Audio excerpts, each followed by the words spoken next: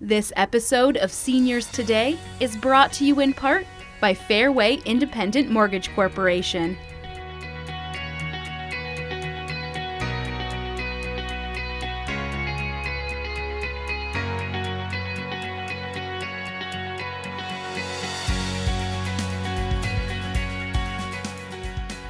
Welcome to Seniors Today, a talk show focused on what seniors and their families need to know to live their very best lives. I'm Denni Hosch, the administrator at HomeWatch Caregivers in Naperville, and with me is my co-host, Alan Hoffman, the co-owner of Oasis Senior Advisors. Staying social is one of the best ways older adults can stay healthy and physically active and mentally active. And now, especially with the pandemic, it's always a challenge to stay in touch, especially if the weather is bad or people are sick. So we are trying to really talk about all the things people can do to stay healthy, stay active, and stay social. And today we have two guests that we're really excited to talk to. Our first guest is Brian Foster. He's a retired owner of a senior home care company and is also the current president of the Naperville Lisle Triad. And our other guest is a very active senior that we've met through numerous online chats. Her name is Denni Hosch, and she's a senior who is very, very active physically when we're not in the pandemic. And now she's found ways to keep her life full while we're staying more isolated. So welcome, Brian. Welcome, Denni. Both of you. Thank you for having us. We're so glad you could be here. I think we'd like to start with you, Brian, because you talk to so many seniors, both, in your career and then now as a leader for the Triad. Tell us a little bit about what some of the challenges you're seeing with seniors staying socially active these days. Well, the first challenge is one that we all faced, and that is our comfort zone, our lifestyle. Everything that connected us to our world, our family, changed. Nothing was remained untouched. And there may be a couple of individuals that say that's not true for me, but for most of us, our world was turned upside down. So the first obstacle is us being able to overcome that disruption in who for many, many years we were.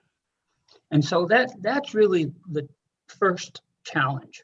And that is really, it was your family. You remember what we had to go through with family, coming to the windows, coming to the doors, to visit, to say hello.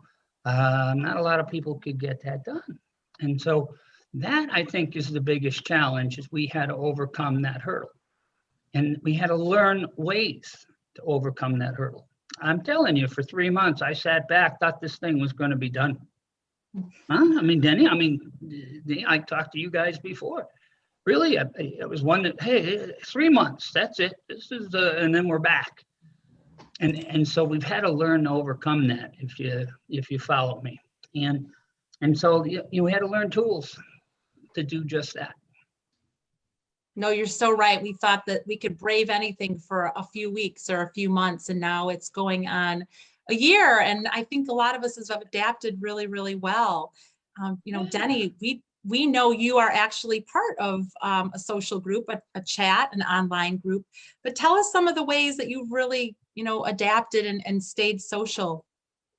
Well, I found one of the biggest things is I'd call my daughter every day. She'd call me.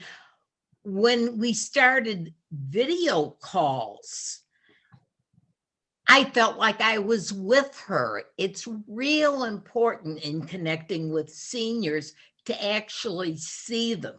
So that's a big help for families to remember when they're talking to their parents. Let them see you as well.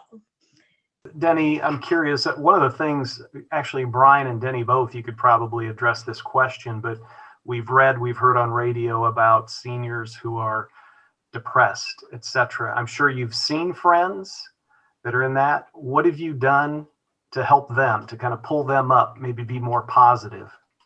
How about you, Denni?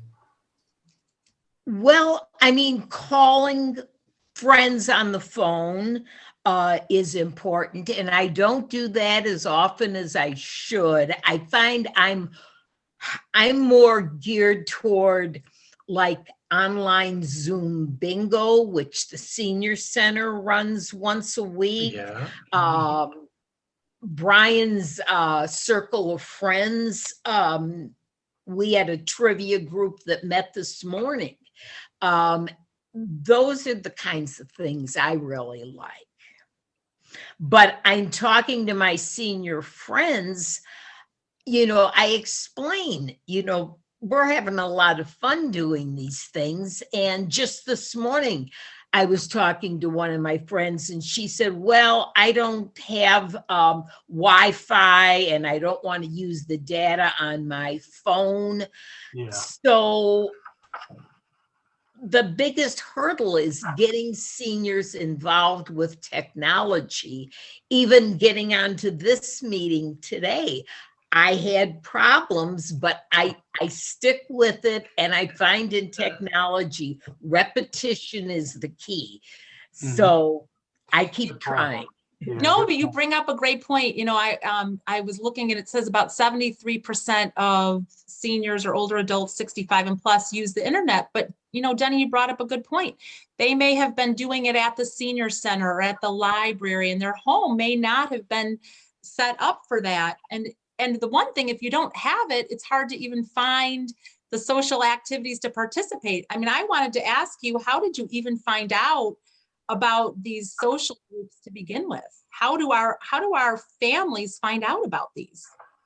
Well, see, I found out from emails that the senior center sent out.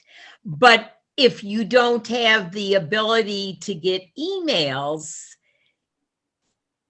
phone calls from friends is about the only way you can find out, or contact Triad or the senior center and ask what's going on. Explain you don't have email. When I've talked to a number of people and they go on that they don't have the internet and they haven't had the technology training and they have a phone and they don't feel comfortable using it, I always remind them, go back to when you were young. Write a letter. You have the ability to send a short note out. You have the ability to say to your grandkids or great grandkids, hey, I could use a little help here. There's some things going on that I'd like to know about. And if you don't have individuals who are able to help you through some of the technology gaps, there's a program in Naperville called Technology Assist Naperville. And that is a program you can call, and they have volunteers here from the Illinois Naperville area. They're going to help you. And so a lot of those excuses we need to break down. I hope our youth and our schools will realize that, hey, 20 minutes with grandma on the phone or going over there safely, of course, if possible, can really change a life. And help that individual get through this, but better than that, to thrive. I mean, we're looking for people to thrive and enjoy this. Well, I think it's so interesting about how, as we talk about staying social, most of our conversation has been about the technology, which we would have never thought that, a year ago. I'd love to talk a little bit about what some of the in-person things people can still do to stay social. Because I know those of us that are in the senior community still are working on events and making them as safe as possible.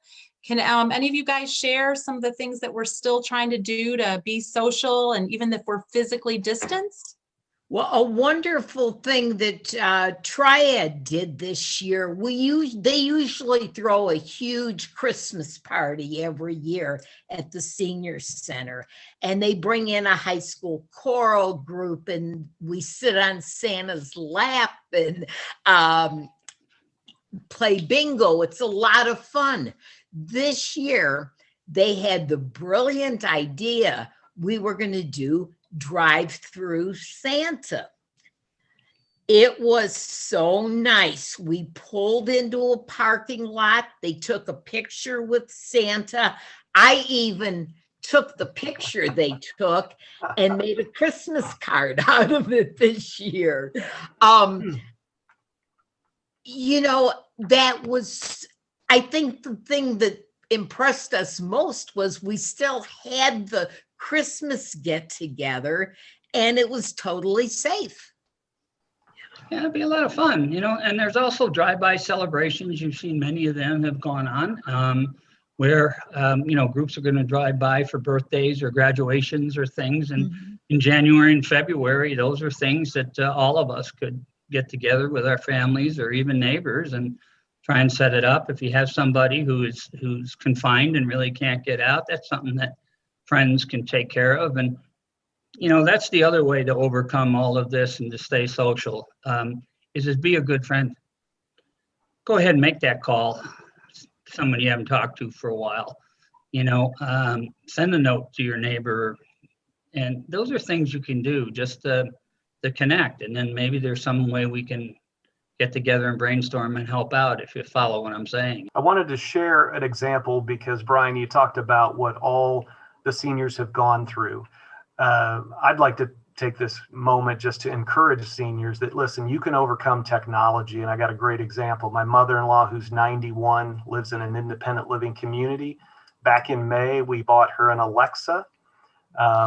It was actually quite challenging for me to get the Wi-Fi to work. That was a whole nother issue. But after a couple of months, she was using the Alexa for weather. She was using it to phone other siblings, or her other children, in other words. And so I was kind of blown away. A 90-year-old old lady who at times can be quite negative, but she's overcome it. She loves it. And she actually watches less TV now, I think, because of her Alexa. So for you seniors out there, you can use technology. And Brian, you mentioned the Naperville program. So there are resources out there for you. We're all in this together. One of the things I love about being a senior and my colleagues is we've been through a lot. Some of our young people, our young children, our grandkids, even our kids, they don't understand some of the things that we've already walked through. We know that there's going to be an end. It's a lot longer than we thought, but think of all of the depressions and wars. All of this that we've walked through and got to that end. They need our courage. They need our encouragement. No, I think, you know what, Brian, I think you nailed it, which is to say, I think we are so grateful for the things that we've been able to do. I think it's making us appreciate how important it is to be social. How many of us have said, oh, I don't feel like doing that. I don't want to participate. I'm not going to sign up for that.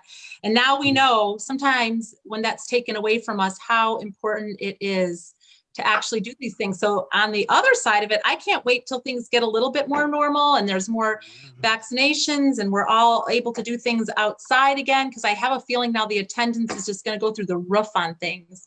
I can't thank you guys enough for really taking such an important thing we should all be doing and make it sound so encouraging.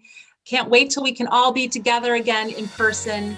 Love that everybody's being so resilient and flexible. And thank you all for joining the show.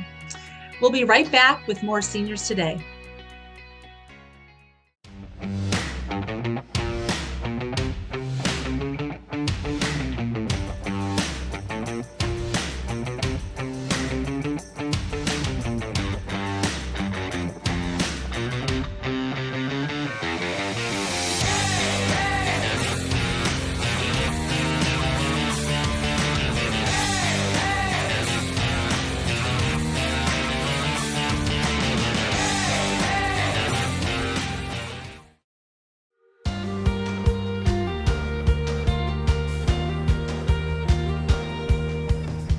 The Thrive concept is where hospitality meets medicine. So we specialize solely in short-term rehab. So for patients that are in the hospital and they need post-acute care, our setting is skilled nursing care. They'll basically come from the hospital to our center. So they're there for a very short amount of time, typically 2 to 3 weeks on average. So really the whole point is finding a place where they can temporarily stay and then go home. That's always the goal. With customized care plans and the best rehab technology, the in-house Thrive therapy team provides physical, occupational, and speech therapy by licensed professionals. Care at Thrive goes beyond the realm of orthopedics. Our services include 24-hour nursing care for a number of different needs. So there's cardiac care needs, there's respiratory care needs, infectious disease care needs. It's not just surgery based. We're very open-minded to what we can handle acuity wise. And I think that's another reason why the Thrive brand stands out. Accommodations matter in recovery. And at Thrive, the amenities are first class, with private rooms, extra wide beds, and cuisine care. We have an entirely different restaurant concept from any other skilled nursing facility. We have a hospitality staff servicing the guests. So we have waiters and waitresses and hostesses servicing our guests so the clinical team could focus on the clinical care. We like to create an actual enjoyable restaurant-like environment. At Thrive, the difference is in the details, providing guests with everything they need to heal faster and get home sooner.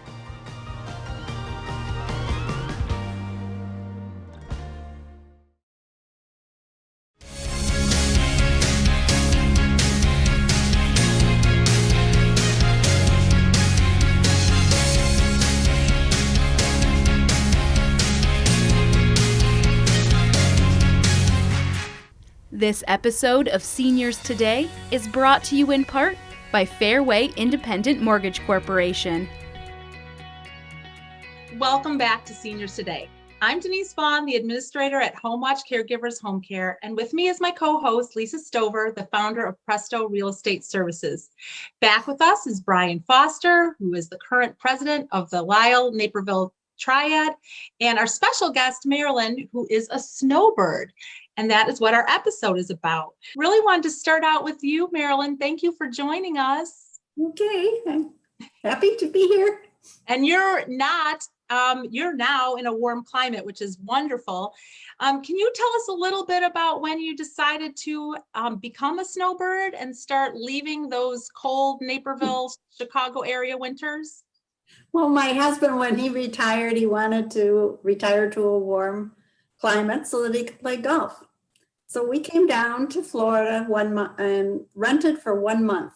And we really liked it. And we liked the people that we met. So the next year, we rented the same place for 2 months. And while we were there, the owner passed away of the house that we were renting. So his son called us and said, "Would you like to buy it?" And we said, "Of course." So that's how we started. And we bought the house and we were there for about 10 years. And then a new owner came in and bought the whole community. His name was Al Hoffman. And his father and his uncle founded Hoffman Estates in Illinois. Oh, and I know just today you were actually out golfing, right? Yes, I was. Nice. That's great. That's great. So you're an avid golfer. Is there anything else that you partake in down there, Marilyn? I play a lot of bridge, not this year, but because of the COVID, we're not allowed into the clubhouse. Right. But they also have bocce down here, and that's fun to play. Now, Marilyn, when you decided to start renting down here, which actually everything I read about becoming a snowbird says that's one of the most important things is to rent first, make sure you can assimilate into the community, which it sounds like you guys did a great job and made friends. Did you also downsize your primary residence, or did you stay in your family home when you started to snowbird? We stayed in that home for about 10 years. And then we decided we were spending so much time in Florida to downsize. So I've been doing this for over 30 years now. Oh my gosh, lucky you. Brian, I know you have family that's down in Florida. Have you thought about wintering in Florida or in a warmer climate? Well, absolutely. My wife and I, of course, were still working up until last year. And we had every intent of looking for a place. My grandchildren are in Celebration, Florida, a wonderful area, and don't get to see them often, but we used to go down during the winter. You know, we'd go down in February and we couldn't go last year. And so that was one of the first trips that got canceled. And then we kept trying to make plans and go, and, it didn't happen. So now my wife and I are looking to get south. There's one thing I disagree a little bit with is I love to play golf too, as you know, but We want to be kind of in the mountains, a little cooler air, but with the ability to reach them in a simple drive. Does that make sense? We're mountain people.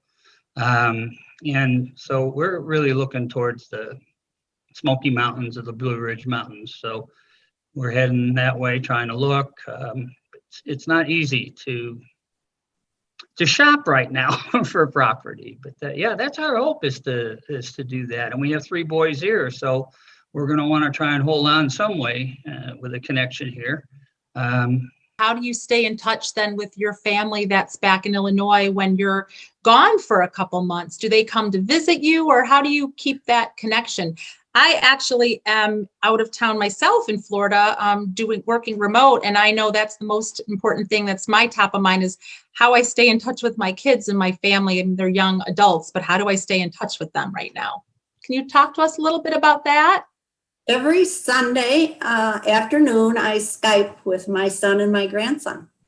Oh, that's so nice. So it's like a scheduled, I like that a lot. Mm-hmm. Yes, 3:00 every Sunday afternoon. Wow. Oh, that is great. Who planned that, Marilyn? How did that start? I don't know. It just kind of evolved. Well, and I think that COVID, if there's been one benefit to COVID, it's that we have all learned to video chat, right? In one way or another, most of us have adapted, and that's been a big help. I think especially our older clients who might not have normally done that.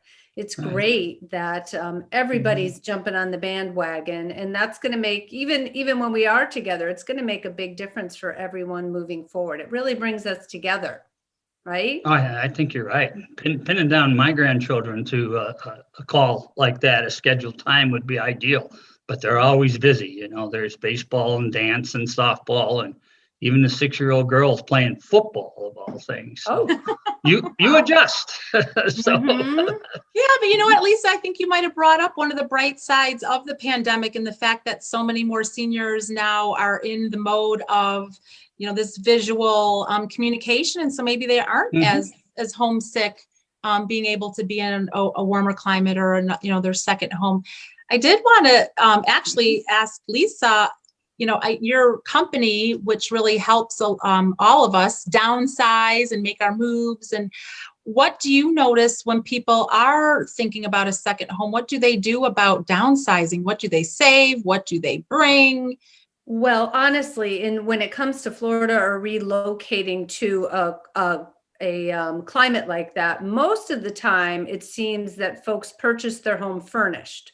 So a lot of times they don't have to bring anything with them when they go to a location like that. The dilemma comes after, and Marilyn said this too, after 10 years, a lot of them are even sooner than that.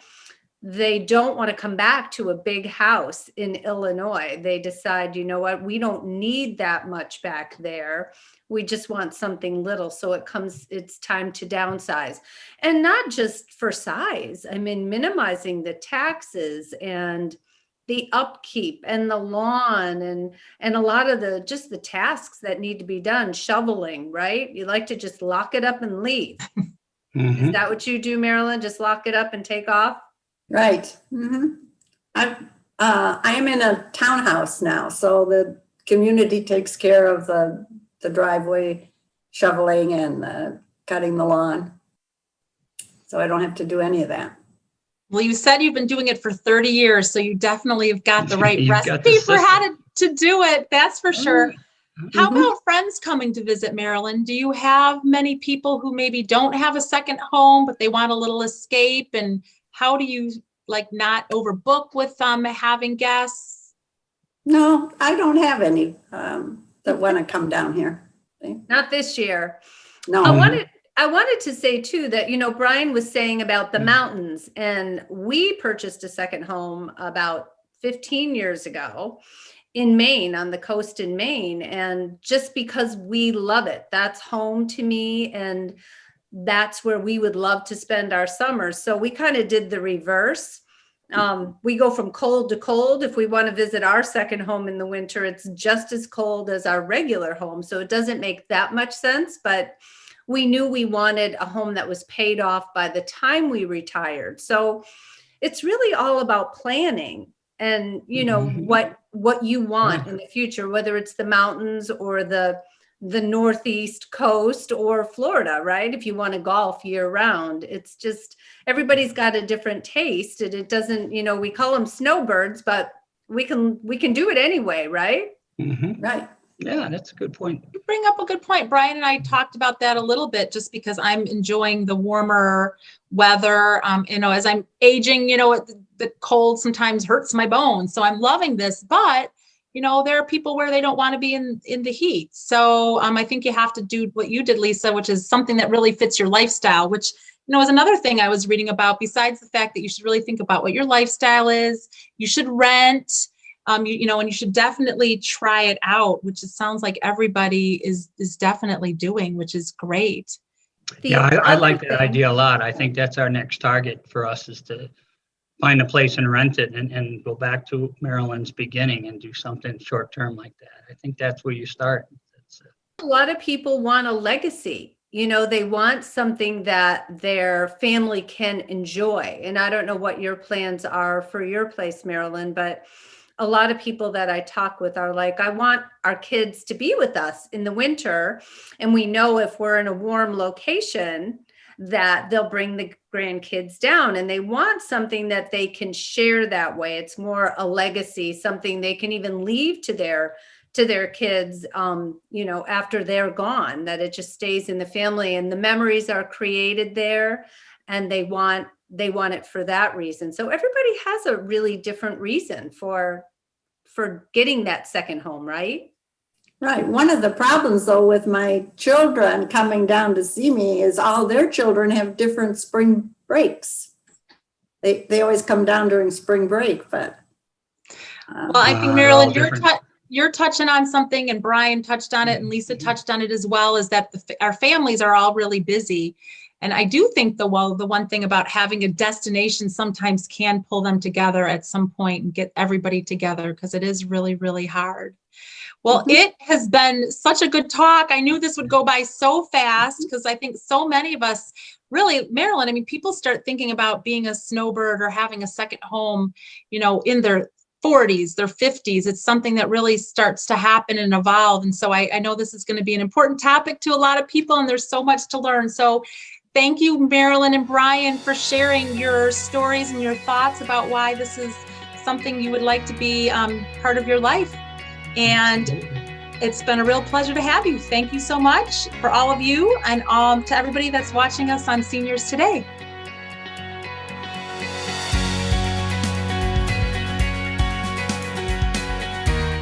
This episode of Seniors Today is brought to you in part by Fairway Independent Mortgage Corporation.